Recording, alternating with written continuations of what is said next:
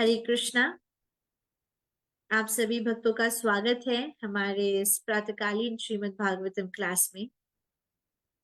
हम नित्य रूप से अध्ययन करते हैं श्रीमद् भागवतम के संपूर्ण अध्ययन के लिए। और अभी निरंतर कोविड से पढ़ते हुए हम चौथे स्कंद पे हैं, 19th चैप्टर पे है और 29th श्लोक आज स्टार्ट करेंगे। तो आइए, आप सभी जो फेसबुक के माध्यम से हमसे जुड़े हुए हैं, आपसे निवेदन है हमारे साथ आप इस भागवत श्रवण का आस्वादन करें। निताई लीला माता जी, आप शुरू कर सकते हैं। जी माता जी। इत्यामत्य क्रतुपतिं विदुरास्यात् प्रिजरिषा स्तर्गस्तान्नुहत भीत्या स्वयंभू प्रत्यषेधतः।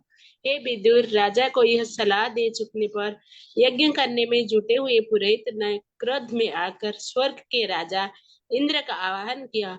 वो अग्नि में आहुति डालने ही वाले थे, वहां पर ब्रह्मा प्रकट हुए और उन्होंने यज्ञ आरंभ करने में रोक दिया। हरे कृष्णा।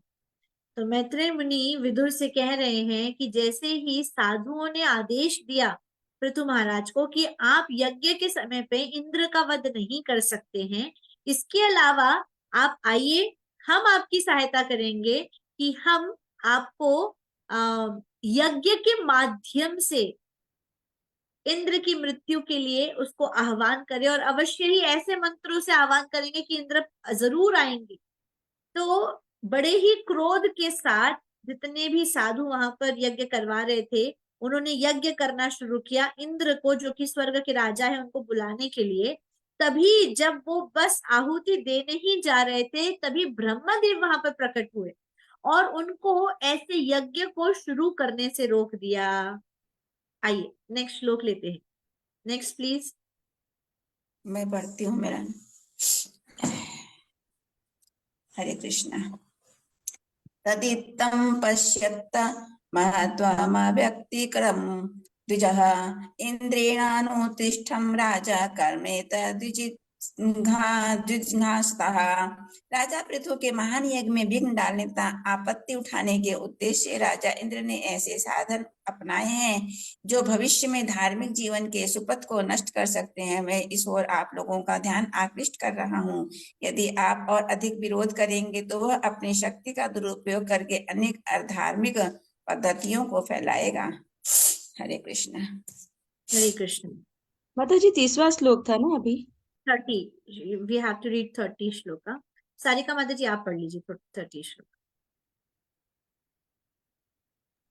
हरे कृष्णा। न वद्यो भवतामित्रो यद्यदो भगवत्तनुः यह जंगा संध यज्ञेन यस्येष्टास्तनव असुराः। ब्रह्मा ने उन्हें इस प्रकार संबोधित किया, हे याजकों, आप स्वर्ग के राजा इंद्र को नहीं मार सकते। यह कार्य आपका नहीं है। आपको जान लेना चाहिए कि इंद्र श्री भगवान के ही समान है। वस्तुतः वह श्री भगवान का सबसे अधिक शक्तिशाली सहायक है।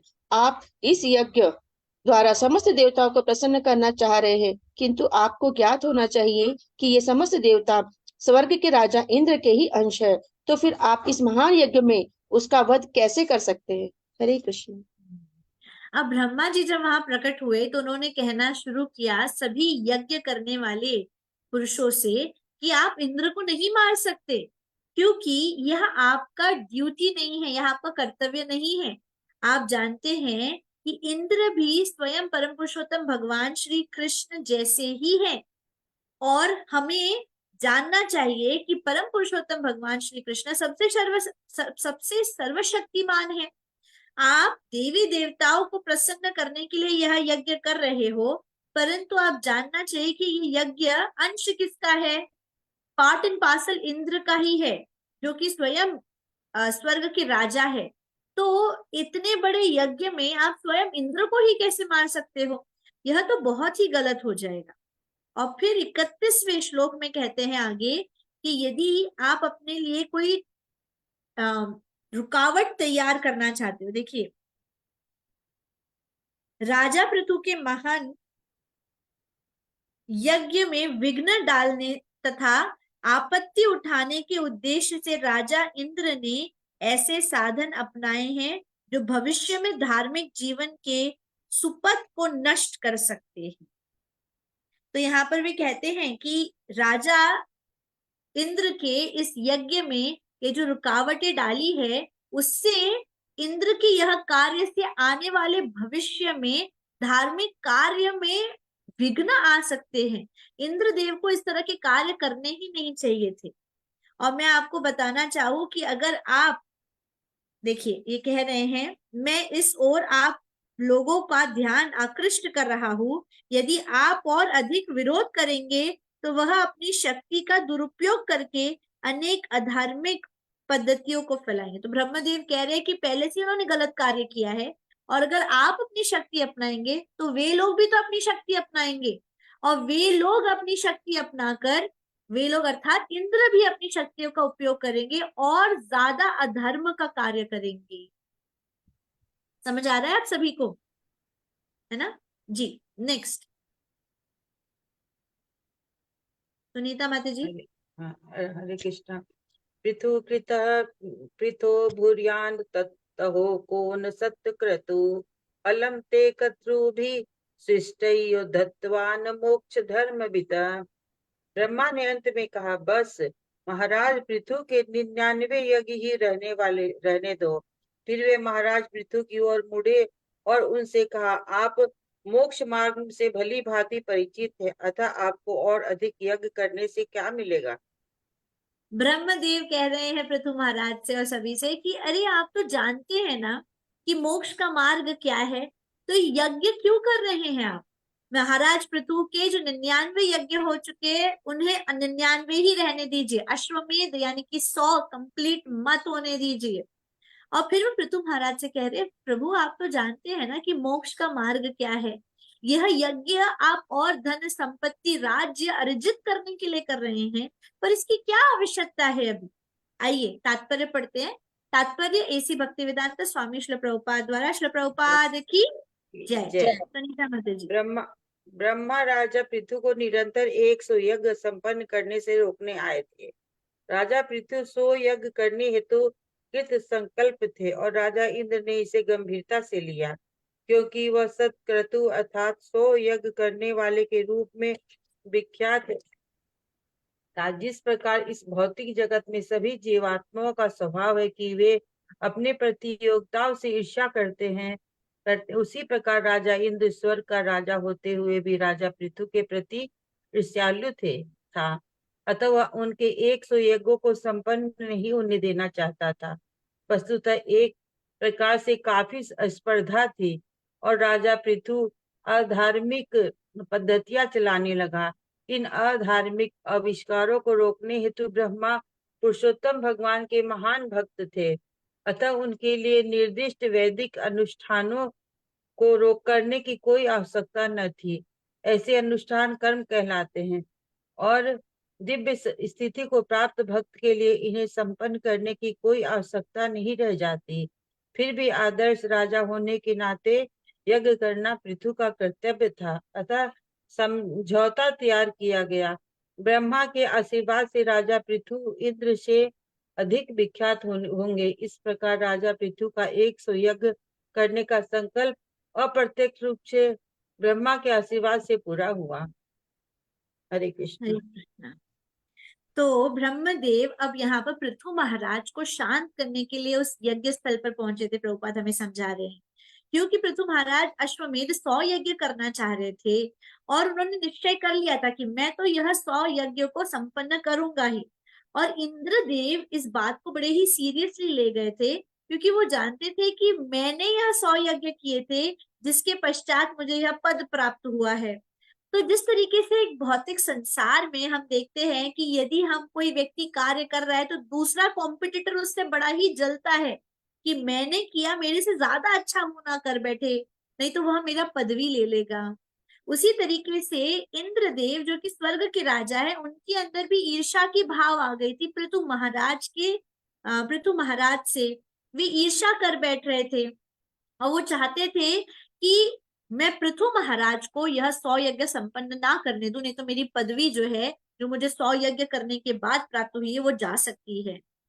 तो एक्चुअली में बहुत बहुत बड़ा कंपटीशन था। क्यों?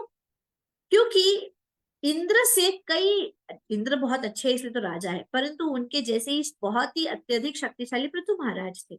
अब इंद्र अपनी इंद्रियों की तृप्ति करने के लिए अलग अलग अधार्मिक कार्य करने लगे, अलग अलग इररिलीजियस सिस्टम को इंट्रोड्यूस करने लगे, जो आज, जैसे प्रभुपाद पहले के तात्पर्य में बता चुके हैं, आज के यह लोग इस तरह के अधार्मिक कार्यों को अपना रहे हैं, जिसकी शुरुआत इंद्र ने की थी। क्यों? इंद्र ने यह सब कुछ किया अपनी इंद्रियों की तृप्ति के लिए, और यह अधार्मिक कार्यों को रोक लगाने के लिए, स्टॉप करने के लिए ब्रह्मदेव वहां पर स्वयं प्रकट हुए उस यज्ञ स्थली पर। अब जहां तक कि पृथु महाराज की यदि बात की जाती है, तो वे तो भगवान के परम भक्त हैं, और उनके लिए जरूरी नहीं है कि वे इस तरीके के वैदिक अनुष्ठान करें, क्योंकि यह सभी अनुष्ठान जो है यह कर्म कहलाते हैं, और एक भक्त को यह सब करने की आवश्यकता नहीं है। Let me read out the exact words of Srila Prabhupada. Prabhupada कह रहे हैं, such ceremonies are known as karma and there is no need for a devotee in the transcendental position to execute them. भक्तों को जो कि दिव्य स्तर पे स्थित है, उन्हें यह सभी कार्य करने की आवश्यकता नहीं है। देखिए, हम यूजुअली अपना जीवन जीते हुए बड़े कंफ्यूज रहते हैं, यह रीति रिवाज करे या ना करे, हम इसको पालन करें या ना करें। श्रील प्रभुपाद सीधा सीधा कहते हैं, यदि आप हृदय से सच में समर्पित हो भगवान को, आपको पता है आगे पीछे ना कोई है ना कोई था, मेरे यदि इष्ट है तो मेरे सिर्फ जगन्नाथ हैं, यदि आप ये जानते हो तो आपको चिंता करने की आवश्यकता नहीं। परंतु आपके मन में यदि रेश मात्र भी डाउट है कि नहीं नहीं बाबा, जगन्नाथ तो है ही, हाँ भैया राधा गिरधारी भी है ही, हाँ गौर निताई भी है ही, पर क्या करे, देवी भी तो है ना, गणपति जी तो है, तो आपको जो भी आपके रीत रिवाज है, फिर आपको उनको रिस्पेक्ट करते हुए चलना चाहिए कि आपके मन में डाउट है। आप पूर्ण रूप से समर्पित हो जाइए। भगवान भगवद गीता में भी कहते हैं, सर्व धर्मान परित्यज्य, और पूर्ण रूप से मुझे समर्पित हो जाओ, तो चिंता नहीं है। पर जहां पर डाउट आया वहां पर प्रॉब्लम होगी। इसीलिए यहाँ पर प्रभुपाद सीधा सीधा कह रहे हैं कि भक्त जो कि दिव्य स्थिति पर स्थित है, उन्हें ऐसे कोई भी गलत कार्य, क्षमा करे, गलत नहीं, परंतु उसे ऐसे कोई भी कर्म को करने की आवश्यकता नहीं है, जैसे कि अश्वमेध यज्ञ। अब एक प्रामाणिक राजा के तौर पे राजा पृथु का यह कर्तव्य था कि वह यज्ञ करे, पर फिर भी कॉम्प्रोमाइज किया जा सकता है यहाँ पर, और इसीलिए तो ब्रह्मदेव के आशीर्वाद से पृथु महाराज इंद्रदेव से भी ज्यादा प्रसिद्ध राजा बन सकते थे। देखिए, भक्तों का आशीर्वाद ही सब कुछ होता है, और ऐसे भक्तों के आशीर्वाद के बारे में ही यहाँ पर वर्णन किया जा रहा है कि भले ही पृथु महाराज अश्वमेध यज्ञ पूरा नहीं करते, फिर भी वे इंद्र से ज्यादा विख्यात हो सकते थे। कैसे? सिर्फ और सिर्फ ब्रह्मा के आशीर्वाद से। इसीलिए पृथु महाराज बड़े ही निश्चय कर चुके थे कि मैं ब्रह्मदेव का आशीर्वाद लूंगा और अश्वमेध यज्ञ को पूरा करूंगा। इसीलिए ब्रह्मदेव पहले ही प्रकट हो गए, भैया अश्वमेध यज्ञ पूरा नहीं हुआ, 99 यज्ञ हो गए, मैं लो आ गया हूं, मैं आशीर्वाद दे रहा हूं, गलत कार्य मत करो। ठीक है, आइए नेक्स्ट श्लोक पढ़ते हैं। बालकेसरी माता हरे कृष्ण माताजी, हरे कृष्ण। नैवात्मने महेन्द्राय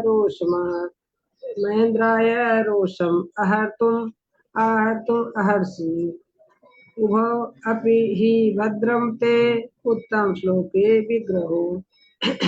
ब्रह्मा ने कहा, आप दोनों का कल्याण हो, क्योंकि आप तथा राजा इंद्र दोनों ही पूर्ण पुरुषोत्तम भगवान के अंश हैं। अतः आपको राजा इंद्र पर क्रोध नहीं होना चाहिए, जो आपसे अभिन्न।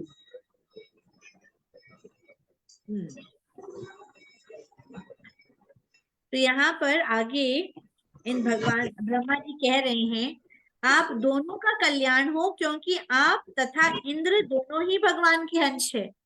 भगवान देखिए, ब्रह्मदेव को भी यहाँ पर एक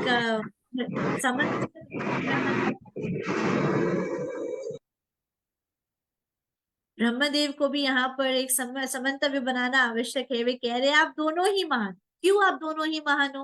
उसका कारण क्या? क्योंकि आप दोनों भगवान के अंश हो, पृथु महाराज तथा इंद्रदेव दोनों। अतः आपको इंद्र पर क्रुद्ध नहीं होना चाहिए, वह आपसे अभिन्न है। इसीलिए आपको इंद्र पे गुस्सा नहीं होना चाहिए क्योंकि वो आपसे अभिन्न है। आपसे भिन्न, अभिन्न मतलब आपसे डिफरेंट नहीं है, आप जैसे ही है, आपके ही तरह वे भी भगवान के ही अंश है। जी नेक्स्ट श्लोका प्लीज।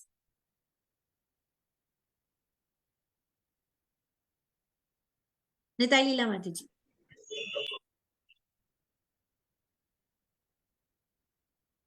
निताई लीला माता जी जब तक रेडी नहीं है तब तक मंजू माता जी आप स्टार्ट कीजिए। अस्मिन् महाराज कृतास्माः चिन्तां निशामस्मतो च धृतात्मा योधो ययातो देवः तं नु क्रतु वनातिरुष्टं विशते तमन्धम्।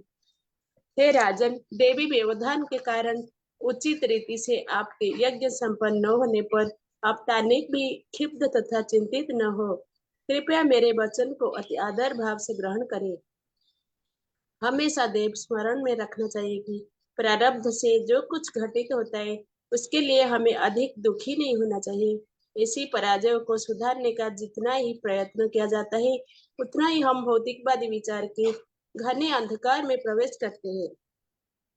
हरे कृष्णा। बड़ा ही सुंदर सा श्लोक है और हम सबके लिए भी इसमें मैसेज है। क्या कहा जा रहा है यहाँ पर? हे राजन, दैवी व्यवधानों से, तो यहाँ पर आपने तो पूरी कोशिश की परंतु यह देवी व्यवधान, देवी देवताओं के व्यवधान की वजह से उचित रीति से आपका यज्ञ संपन्न नहीं हो पा रहा है। इसके लिए पर आप चिंतित मत होइए, दुखी मत होइए, शुद्ध मत होइए। कृपया मेरे वचनों को अति आदर भाव से ग्रहण करें। जो मैं वचन कह रहा हूं और कहने जा रहा हूं उनको आदर भाव से और शांति से अपने मन को, चित्त को शांत करते हुए मेरे शब्दों को सुनिए। देखिए, एक तो व्यक्ति दुखी होता है और ऊपर से आसपास के लोग उसे ज्ञान देने आ जाते हैं तो वह और ज्यादा परेशान हो जाता है क्योंकि मन विचलित है ना। और ऐसे विचलित मन में उसको कितना भी कहा जाए कि तू गलत है, तूने सही नहीं किया, फिर भी उसको समझ नहीं आएगी, उसको लगेगा मैं ही सही हूँ।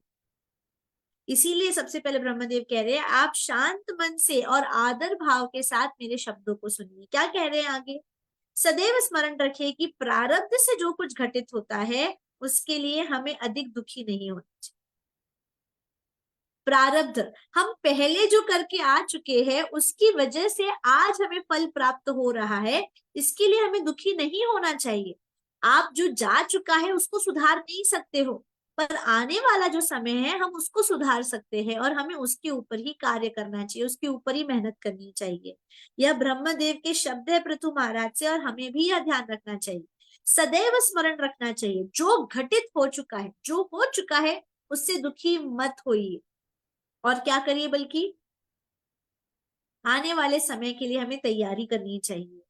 यदि हमने आज के इस श्लोक में से ब्रह्मदेव की यह जो आदेश है पृथु महाराज के लिए, इसको सुन लिया, समझ लिया और अपने जीवन में अपना लिया तो हमारा दुख अपने जीवन से बहुत कम हो जाएगा। प्रारब्ध के कारण जो हमारे जीवन में दुख है, पिछले जो कर्म करके आ चुके हैं उसका जो फल हमें प्राप्त हो रहा है उससे दुखी हमें होना नहीं चाहिए।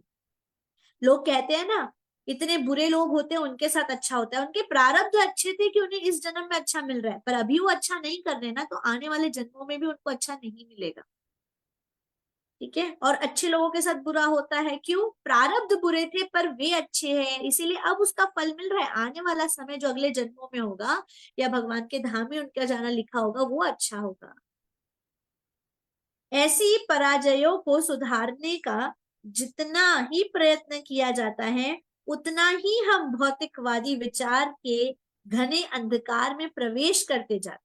देखिए, ऐसी पराजयों को सुधारने का जितना प्रयत्न किया जाता, मैं हार कैसे सकता हूं, मैं जीतूंगा, मैं अवश्य कोई ना कोई तरकीब लगाऊंगा जिससे मैं जीत सकूं।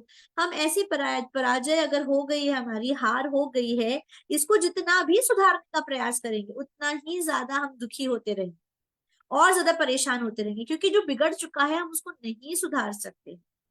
देखिए, कह रहे हैं उतना ही हम भौतिकवादी विचार के घने अंधकार में भौतिकवादी विचार के अंधकार में घुसते जाएंगे। कैसे सुधारूं, कैसे कैसे मैं जीत सकता हूं, मैं हार कैसे सकता हूं, नहीं। तो भौतिकवादी विचार हमें उस विचारों में और फंसाते जाएंगे और ज्यादा गहरे अंधकार में हमें डालते जाएंगे। तात्पर्य इसी भक्ति वेदांत स्वामी श्री प्रभुपाद द्वारा श्री प्रभुपाद की जय। जय। कभी कभी साधु स्वरूप या धार्मिक व्यक्ति को भी जीवन में पराजय देखनी पड़ती है। ऐसी घटनाओं को प्रारब्ध के कारण घटित मान लेना चाहिए। यद्यपि अप्रसन्न रहने के पर्याप्त कारण हो सकते, किंतु ऐसी पराजय का प्रतिवाद नहीं करना चाहिए, क्योंकि जितना ही इन पराजयों को सुधारने का प्रयत्न किया जाता है, हम उतनी ही भौतिक चिंता के गहन अंधेरे में प्रवेश कर जाते हैं। भगवान श्री कृष्ण ने भी हमें इस संबंध में उपदेश दिया है। क्षिप्त होने के बजाय हमें सहन करना चाहिए। हरे कृष्ण। यह श्लोक और यह तात्पर्य श्री प्रभुपाद का अति अति अति इम्पोर्टेंट है, वेरी वेरी इंपॉर्टेंट।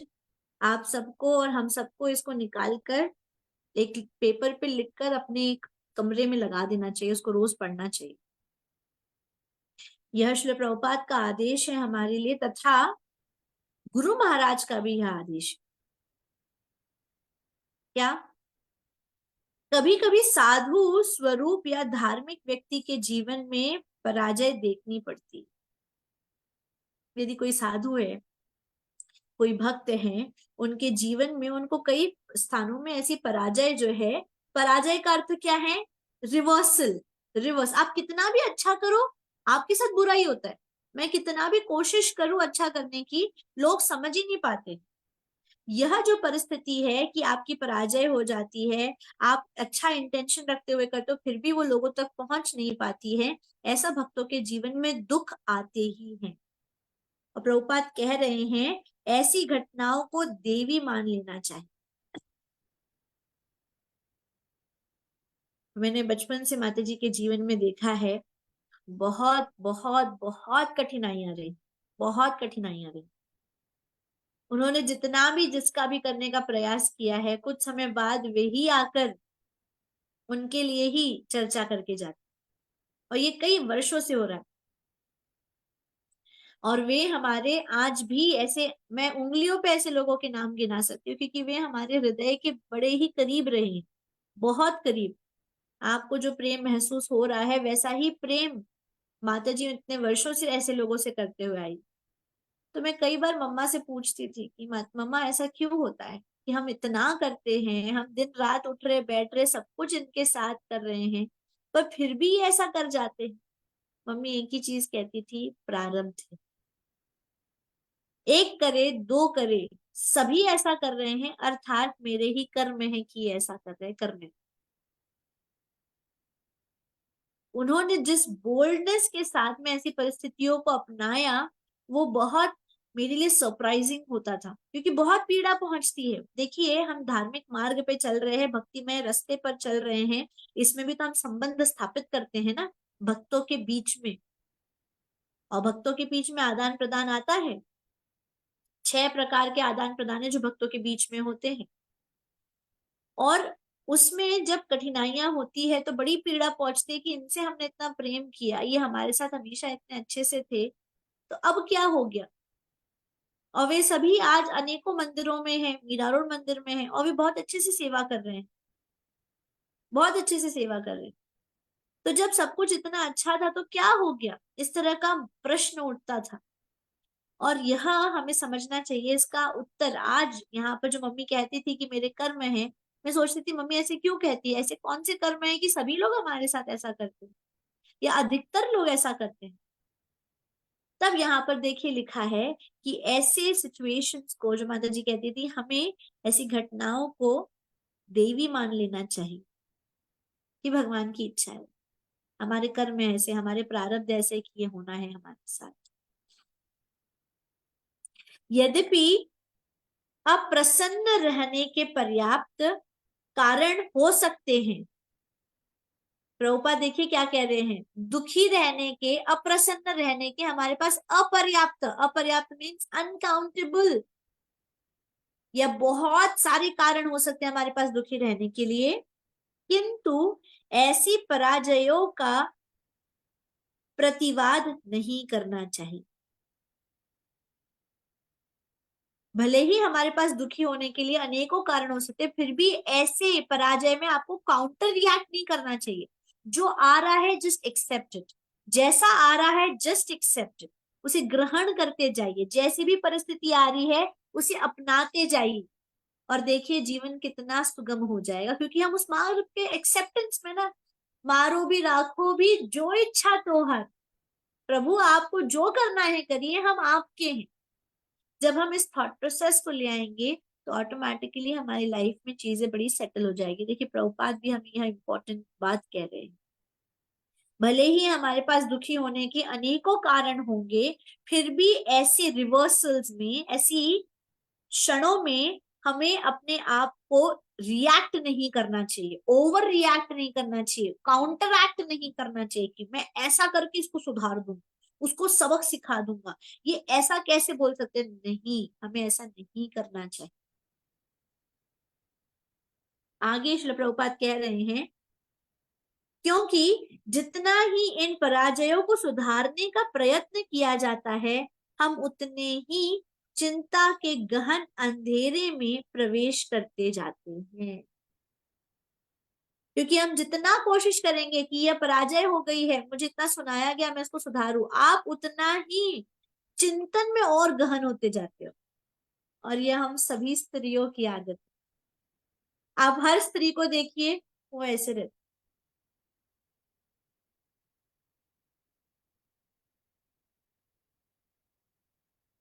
उसके मन में निरंतर कुछ ना कुछ चलता ही रहता है, निरंतर, नॉन स्टॉप, समथिंग और the other is going on and on and on. क्योंकि हम क्या, मेरे पति ने ऐसा कहा मुझे, मैं कैसे इसको सुधारूं, वो मुझे ऐसे कैसे कह सकते हैं, मैंने तो ऐसा नहीं सोचा था ना, मेरा बच्चा, मेरा बच्चा, मेरा प्राण, जिसको मैंने अपनी कोख से जन्म दिया, उसने मुझे ऐसा बोला, ऐसा कैसे बोल सकता है। ऐसा करूंगी कि ऐसा करने से उसको समझ आ जाएगी, उसको सबक सीख जाएंगे और अब अगली बार नहीं कर। तो ऐसा करना, हम चिंता में ही लगे रहते हैं, मेरी माँ, मेरी सास, मेरे पिता, मेरे ससुर, मेरा बच्चा, मेरा पड़ोसी, मेरी पड़ोसन के पास ये है, उसके पास वो है, उसने मुझे ऐसा बोला, ऐसा कर दिया, ये कर दिया। हे कृष्णा, ये हमारे लिए है। प्रभुपाद कह रहे हैं, पुनः ध्यान दीजिए, जितना ही इन पराजयों को सुधारने का प्रयत्न किया जाता है, हम उतने ही चिंता के गहन अंधेरे में प्रवेश करते हैं।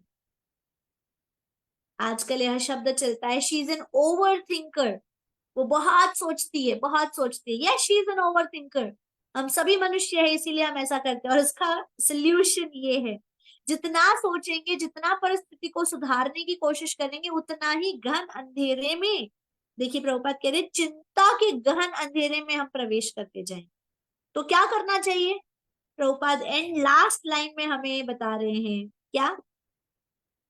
भगवान कृष्ण ने भी इस संबंध में उपदेश दिया है, क्षुब्ध होने की बजाय हमें सहन करना चाहिए। क्षुब्ध मतलब क्रोधित, एजिटेटेड। क्रोधित होने की जगह हमें क्या करना चाहिए? सहन करना चाहिए। It's okay, tolerate. और गुरु महाराज सदैव से ही आदेश देते, अनेकों ऐसी परिस्थितियां रही, गुरु महाराज ने तब तब एक ही चीज कही, आप सहन कीजिए, जस्ट टॉलरेट इट। दो चीजें गुरु महाराज हमेशा कहते हैं, पेशेंस एंड टॉलरेंस।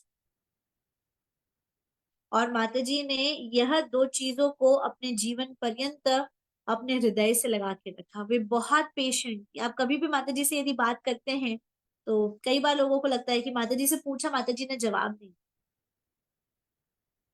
प्रभु जी भी कहते हैं, माताजी जवाब बहुत ज्यादा रिप्लाई क्यों नहीं करती, मैं पूछता हूँ, बात कर रहा हूँ, माताजी जवाब क्यों नहीं दे रही। कल मम्मी ही बैठ के बोल रही थी कि मैं अब समझ रही हूँ कि माताजी जवाब क्यों नहीं देती, क्योंकि वो चिंतन करती थी। वो पेशेंटली बैठकर उस बात को एक्सेप्ट कर लेती, चिंतन नहीं, वो बैठकर उस बात को एक्सेप्ट करती। हम क्या होते, तुरंत ब्लास्ट करते, ऐसा किया, ये किया, वो किया। Patience is very important. मैं कभी भी कोई भी परिस्थिति होती, मम्मी बोलती, मम्मी ये कर लूं, मम्मी ऐसा कर दूं, मम्मी अब तो ये करना ही पड़ेगा, मम्मी बोलती बैठ जा शांत। मम्मा ये करूं, नहीं, शांत हो जाओ, बैठ जाओ इधर, कुछ नहीं। Let the time come, she used to use this word, let the time come, समय आने दो। और सहन शक्ति, टॉलरेंस, वेरी इंपॉर्टेंट। और आज के समय पे यही दो चीज हमारे पास से कम होती गई है, वो है पेशेंस एंड टॉलरेंस। ना पेशेंस है, ना धैर्य है, और ना सहन शक्ति है, ना टॉलरेंस है हमारे। कुछ भी होता नहीं है कि हम ऐसे क्रांतिकारी बन के बाहर ज्वालामुखी की तरफ पड़ जाते हैं। इट्स वेरी इंपॉर्टेंट, और यह प्रभुपाद का आदेश है। एजिटेटेड नहीं होना है, हमें सहन करना है। प्रभुपाद ने कितना सहन किया है। प्रचार करना आसान है क्या? जीवन पर्यंत लोगों को प्रभुपाद के आखिरी दिन दिखते हैं जहां पर इतने सारे मंदिर बनाए, परंतु जीवन पर्यंत प्रभुपाद ने पेशेंस रखा है और टॉलरेंस दिखाया है। उन्होंने कोई भी बिजनेस किया, सब में भी असफल रहे। हर बिजनेस में, हर नौकरी वे करे और सब में वे असफल रहे। तब प्रभुपाद कहते हैं यदि मैं उस समय सफल हो जाता तो आज यहां नहीं होता। उन्होंने जितने भी बिजनेस प्रिंसिपल्स थे, हर चीज को अपना अपना के अपना यहाँ सुंदर से इस्कॉन परिवार हमें बना के, जीवन पर्यंत उन्होंने सैक्रिफाइस किया, उन्होंने पेशेंस रखा, उन्होंने टॉलरेंस रखा। उसका फल उन्हें यह प्राप्त हुआ कि 10 सालों में, 10 से 12-13 सालों में उन्होंने दुनिया में, विश्व में 108 मंदिर बना दिए। यह शक्ति है जो भगवान से प्राप्त होती है जब हम पूर्ण रूप से भगवान पे समर्पित होते हैं।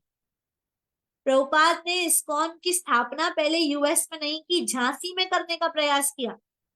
लीग ऑफ डिवोटीज बनाए, बन गया, फिर सडनली धोखा दे दिया गया और प्रभुपाद को वहां से निकलना पड़ा। बहुत बड़ा संगठन बनाया था और सभी लोगों ने धोखा दिया। प्रभुपाद ने हार नहीं मानी, वे दिल्ली गए। दिल्ली में उन्होंने अपने गुरु भाइयों के साथ में बहुत कुछ करते हुए प्रयास करने की कोशिश की कि मैं कुछ कर दूं, इनके साथ ही कर दूं, पर उनके पास ऐसी परिस्थितियां ही सूटेबल नहीं हुई। वहां पर वे स्ट्रगल करते रह गए। जहां भी श्री प्रभुपाद गए वहां पर उनके पास रहने के लिए आवास स्थान नहीं होता था। वे कोई संबंधी, जान पहचान का व्यक्ति ढूंढते थे, उनको चिट्ठियां लिखा करते थे कि मैं आ रहा हूँ, मेरे रहने की प्लीज कुछ दिनों की व्यवस्था कर दीजिए। और आज वही श्री प्रभुपाद हमें इतने इस्कॉन के मंदिर देके जा चुके हैं कि विश्व के किसी भी कोने में, किसी भी मंदिर में हम चले जाए, हमें रहने के लिए यह सुंदर सा इस्कॉन मंदिर प्रदान कर। ये वही श्री प्रभुपाद है जो इधर उधर जाते थे जब जब, तब उनके पास रहने के लिए कोई आवास स्थान नहीं। श्री प्रभुपाद ने जो ये तात्पर्य दिया है, यह हमारे लिए एक जीवन रेखा होनी चाहिए, क्योंकि गुरु महाराज का भी यही आदेश है। We need to have tolerance, very very important.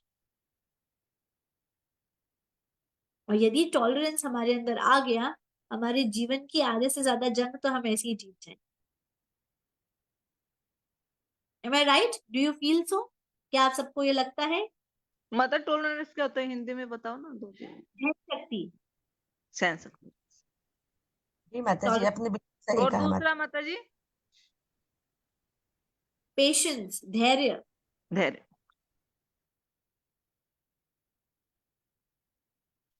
ठीक है।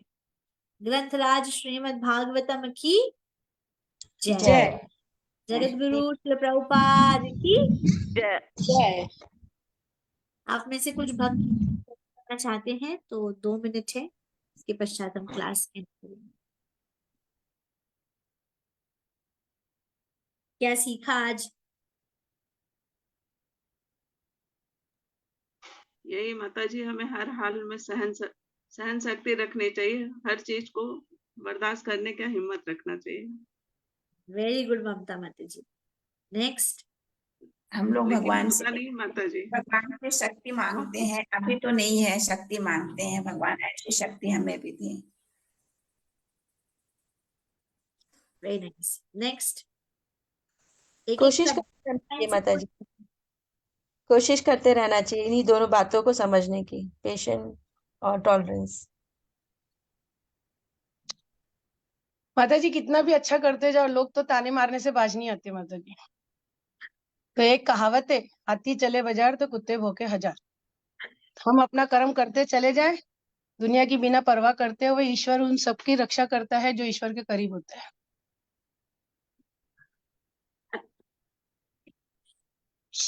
क्योंकि जिनको ताने मारने की आदत होती है वो ताने मारने से बाज नहीं आते, और जो पेशेंस वाले लोग हैं वो पेशेंस करते हुए अपनी दुनिया से हर जगह से आगे निकलते चले जाते हैं माता जी। आपको क्या करना है, आपको सहन शक्ति रखनी है, धैर्य और सहन शक्ति। दुनिया जो भी करे हमें सहन शक्ति रखनी है। और किसके ऊपर डिपेंडेंट रहना है? कृष्ण कृष्णा। के।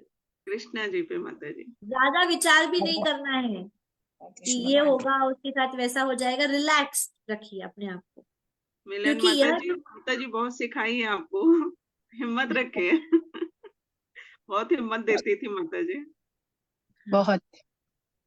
आप ममता माता जी इतना कमजोर मत बनो, आपके चेहरे से लगता है बहुत स्ट्रांग हो, लेकिन आप इतने कमजोर हो रहे हो ना, आप उसके लिए भी हिम्मत रखो। नेक्स्ट और क्या सीखा क्लास में से?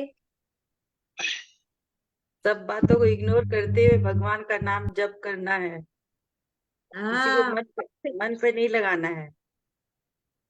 परफेक्ट, ये बात कही। हर चीज को इग्नोर करते हुए भगवान के नामों का जप करते रहना है। मन पे कुछ मत लगाइए और चलते रहिए, आप निकल जाओ। वेरी गुड सुनीता माता जी, वेरी नाइस। माता जी और मैंने कोई? एक एक्सपीरियंस किया है। जैसे ही कुछ भी मतलब मन के विपरीत कुछ होता है ना, और मुश्किल होती है, मुश्किल टाइम लगता है, तो उस वहां पे सोचने से अच्छा मैं फटाक से क्या करती हूँ, बस जाप करने लग जाती हूँ, और मैं विद इन सेकंड फटाक से उस चीज में से निकल जाती है। मेरा एक्सपीरियंस रहा है अभी कुछ दिनों से भी, फट से निकलना हो जाता है कि माइंड शायद बिजी हो जाता है कृष्णा जी में, और वो परिस्थिति निकल जाती है, फटाक से निकलती है। वेरी गुड, बिल्कुल वही सही करना है बात। भगवान। एक वेरी बार नाइस। एक बार भैया के जाने के बाद हम बहुत रो रहे थे, तो माता जी ने कहा कि बीती बातों को बिसरा दो, आगे की सोचो, अपने बच्चों के बारे में सोचो, भगवान के बारे में सोचो। तब से वो बात हमने अपने मन में बैठा ली कि अपने आगे की सोचना है हमको। बीती बातें हम सोचते रहेंगे तो उसी में अटके रह जाएंगे, आगे सोच ही नहीं पाएंगे। यही सब चीज तो याद आता है माता जी का कि कितना हिम्मत माता जी ने देते बस एक ही सेंटेंस कहा था, तब से मेरे मन में हिम्मत देते थे। संयम आ गया, मतलब संतोष आ गया कि हम कुछ कर नहीं सकते थे, जो होना है वो होके ही रहेगा। वेरी गुड, होनी होती होकर रहती, चलता नहीं कोई चारा है, वही बात है। Very nice. सुनीता माता जी ने जो बात कही वो बहुत सही बात कही है। और माता जी ने भी बहुत कठिन समय बिताया है अपने जीवन में। और जिस तरीके से हम जब पहले 1 साल पहले ही लखनऊ गए थे, तो उन्होंने तभी अपना हृदय प्रकट किया था कि मैं भी जुड़ना चाहती हूँ भक्ति से। तब लगता था कि माता जी कैसे कर पाएंगी, क्योंकि इच्छा सबकी होती है परंतु प्रैक्टिकली सबके साथ बहुत मुश्किल होता है। पर जो समर्पण उन्होंने इस समय में दिखाया है, और इसी समय में उनके पति ने भी शरीर त्यागा, और फिर उन्होंने उसके बाद अपनी पुत्री का भी विवाह कर दिया, और वो दृढ़ता के साथ अपने खड़ी हुई है, अपने कार्य अपने कर्तव्यों का पालन कर रही है। उनके 2-3 बच्चे हैं, 2 बच्चे और हैं जिनके साथ वे अभी अपने पूरे परिवार के साथ में रह रही हैं। तो यह बहुत सराहनीय है। यह बल कहाँ से मिलता है? जैसे माता जी ने कहा कि माता जी ने मुझे कहा था, तो यह जो विश्वास है ना कि भगवान जो चीज हो रही है बस उसके बारे में चलते रहिए, आगे का देखते हुए चलिए, यही श्री प्रभुपाद का आदेश। पीछे की बातों को मत सोचिए ज्यादा। आदेश देखिए, सोचना और करना बहुत अलग होता है। हम बातों को याद करके सोचते रहते हैं पर सच में प्रैक्टिकली नहीं। तो सुनीता माता जी ने वो करके दिखाया। दैट्स वेरी वेरी इंपॉर्टेंट कि वे अपने जीवन को इस तरीके से जी रही हैं अच्छी तरह से, कि हम सीख सकते हैं कि अपने मन को, अपने चित्त को हरि में लगा दीजिए, तो अपने आप ही सारे दुख एक तरफ हो जाएंगे और अपने जीवन को आगे के जीवन की तरफ देखते हुए चलते चलते। और इसका पूरा का पूरा श्रेय किसको जाता है? जगत गुरु श्रील प्रभुपाद को। जगत गुरु श्रील प्रभुपाद की जय। श्रीमद् भागवतम की जय। अग्रे श्री दक्षायनी माता जी की जय। समस्त एकत्रित भक्त वृंद की जय। जय। हरे कृष्णा। हरे कृष्ण। हमारी छोटी